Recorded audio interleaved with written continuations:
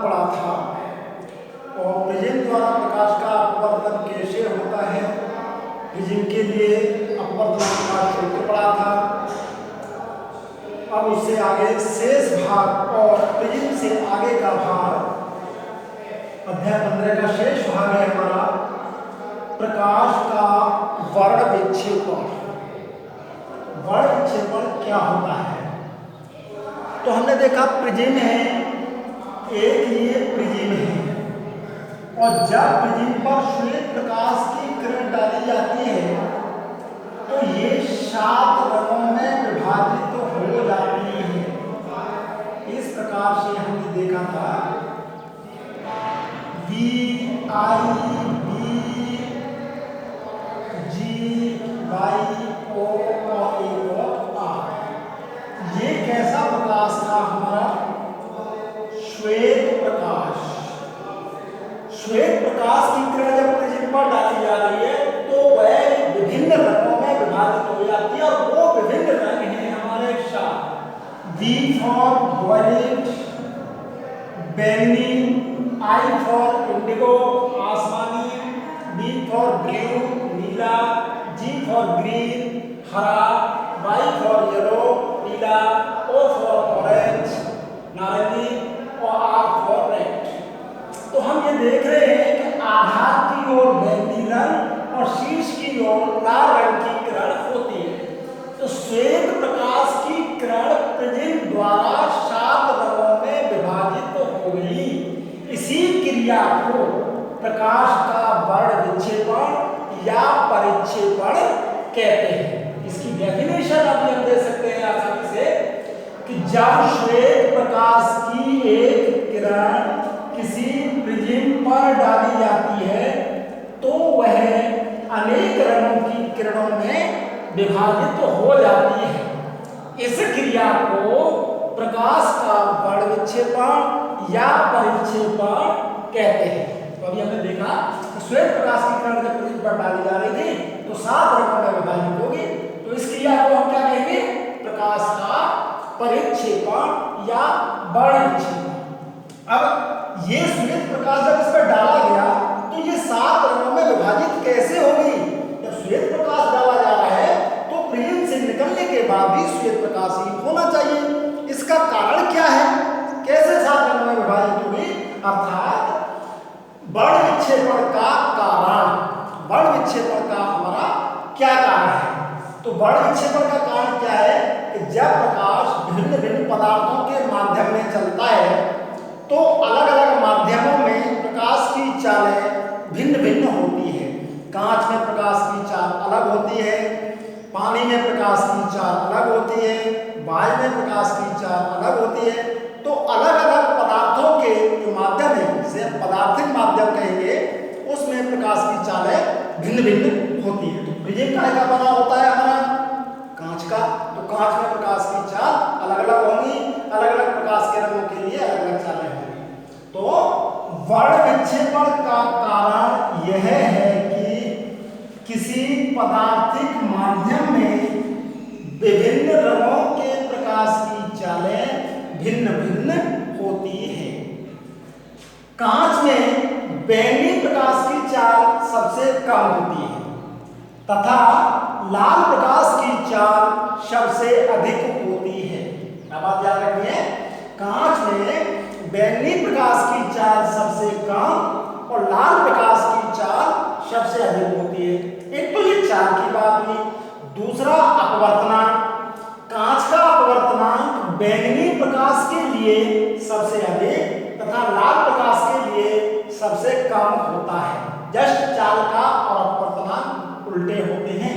यहाँ देख रहे थे, कांच में बैंगनी प्रकाश की चाल सबसे कम, लेकिन बैंगनी प्रकाश के लिए अपवर्तनांक, बैंगनी प्रकाश के लिए अपवर्तनांक सबसे अधिक होता है। और जस्ट उल्टा, लाल प्रकाश की चाल सबसे कम होती है तो लाल प्रकाश का अपवर्तनांक, लाल प्रकाश की चाल अधिक होती है तो लाल प्रकाश का अपवर्तनांक कम होता है। तो ये हुई बात हमारी प्रकाश का वर्ण विक्षेपण। दूसरा हमने जिसमें पढ़ा था विचलन कोण डेल्टा m बराबर n - 1 × a। तो यहां से हम देख रहे हैं n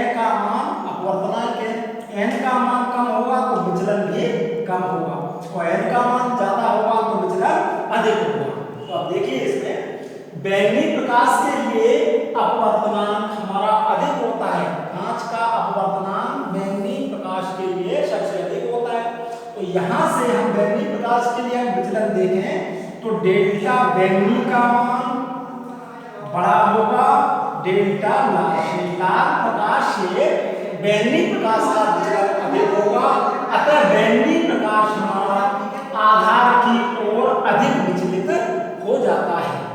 तो ये विचलन कौन हमारा यहाँ से निर्भर करता है अपवर्तनांक पर। अब बात आती है कोणीय वर्ण विक्षेपण। सबसे पहले हमने देखा प्रकाश का वर्ण विक्षेपण का कारण क्या है, अब इसके प्रकार चलते हैं। तो कोणीय वर्ण विक्षेपण, कोणीय वर्ण विक्षेपण क्या होता है, किसी प्रिज्म से दो रंगों की निर्गत किरणों के बीच बने कोण को उन रंगों के लिए कोणीय वर्ण विक्षेपण कहते हैं। एक ये प्रिज्म है हमारा और इस प्रिज्म पर एक प्रकाश की किरण डाली गई और ये दो रंग है, 7 रंगों में विभाजित होती है। इस प्रकार से ये दो रंग हैं।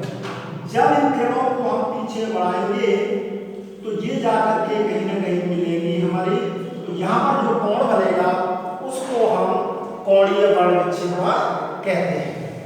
तो इसे कैसे व्यक्त करते हैं, कोणीय वर्ण विक्षेपण को थीटा से व्यक्त करते हैं। तो इसके लिए भी सूत्र निकालते हैं कोणीय वर्ण विक्षेपण के लिए। अब मान लेते हैं विचलन कोण होता है दोनों रंगों के लिए, इसका सूत्र कैसे निकालेंगे, मान के चलते हैं दो रंग लेके चलते हैं बैंगनी और लाल। माना बैंगनी रंग के लिए विचलन कोण डेल्टा वाई तथा लाल रंग के लिए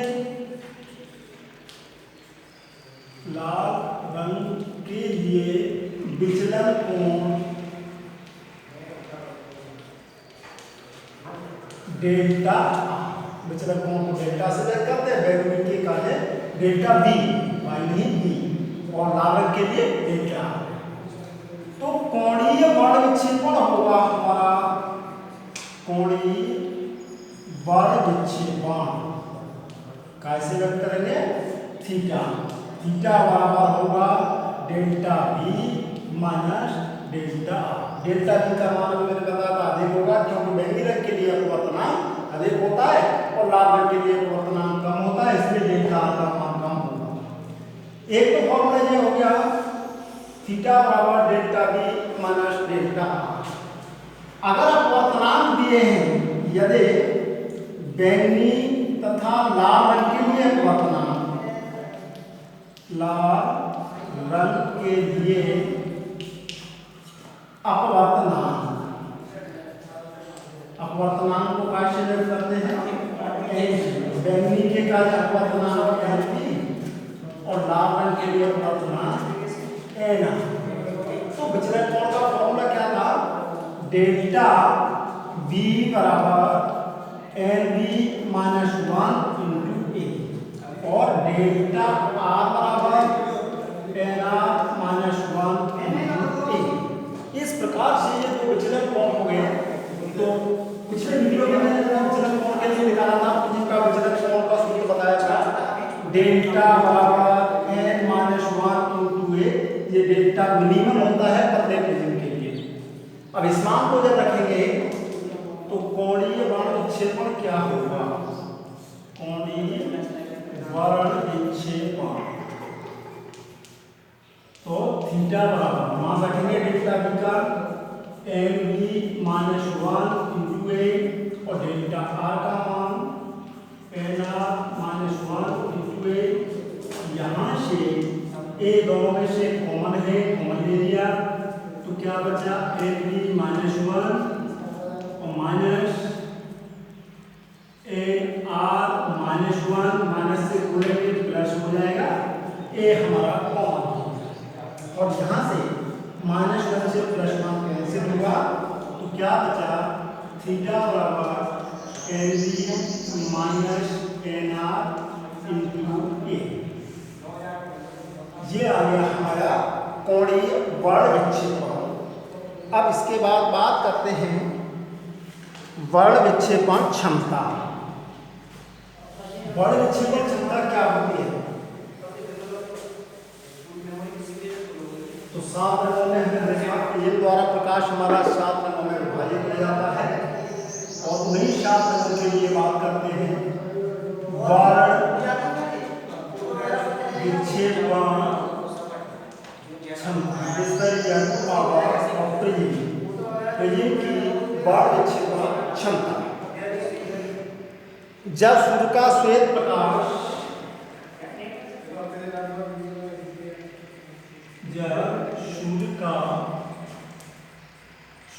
प्रकाश किसी पतले प्रिज्म पर डाला जाता है, किसी पतले प्रिज्म पर डाला जाता है, श्वेत प्रकाश डालते हैं प्रिज्म पर, तो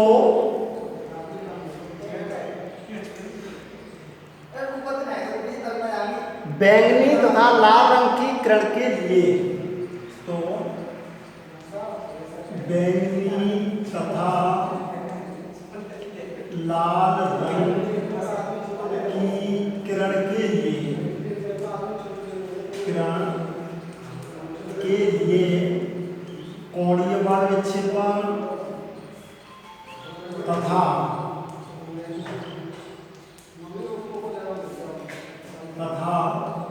मध्य में पीली किरण होती है, मध्य की पीली किरण के लिए विचलन कोण के लिए विचलन कोण के अनुपात, विचलन कोण के अनुपात को वर्ण विक्षेपण क्षमता कहते हैं। वर्ण विक्षेपण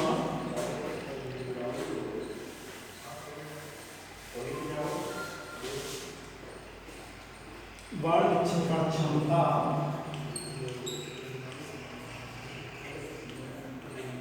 कहते हैं और इसे ओमेगा से व्यक्त करते हैं। यहाँ से हम सूत्र ज्ञात करना चाहें तो वर्ण विक्षेपण क्षमता का सूत्र कैसे निकालेंगे?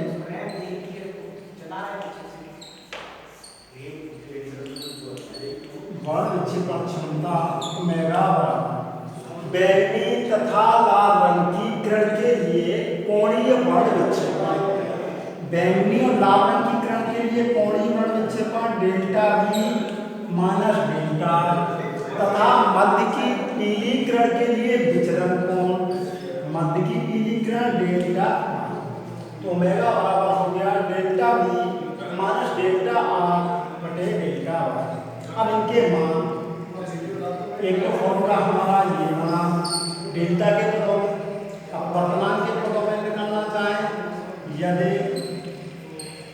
बैंगनी लाल तथा